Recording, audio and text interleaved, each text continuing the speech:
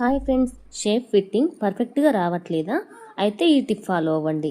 ఇప్పుడు shape belt attach చేసేటప్పుడు shape డాట్ని ఈ విధంగా కొంచెం అయితే మలవాలి. ఎందుకంటే తేడా మీకే చూపిస్తాను చూడండి.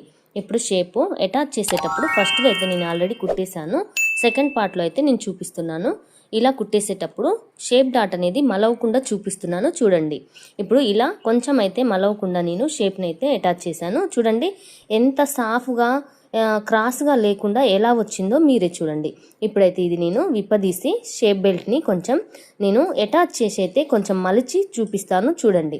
ఇప్పుడు చూడండి, ఇదే కుట్టు దగ్గర నేను షేప్ డాట్ని కొంచెం లోపలికి మడవడం కానీ లేదా ఆ కొంచెం ఒక 1/2 ఇంచు లెంత్ని కట్ చేయడం కానీ చేయాలి. ఆ చివర్లో నేను మలిచి నేను కుట్టయితే వేసుకుంటున్నాను చూడండి.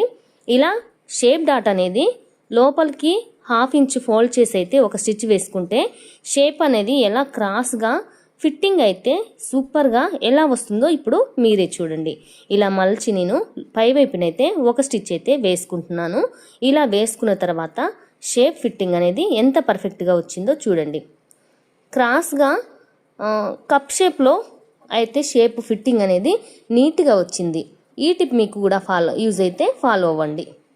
Thank you for watching friends this video. నచ్చితే లైక్ చేయండి, కామెంట్ చేయండి. మన ఛానల్ అయితే సబ్స్క్రైబ్ చేసుకోండి. మీ ఫ్రెండ్స్కి రిలేటివ్స్కి షేర్ చేయండి. Thank you so much.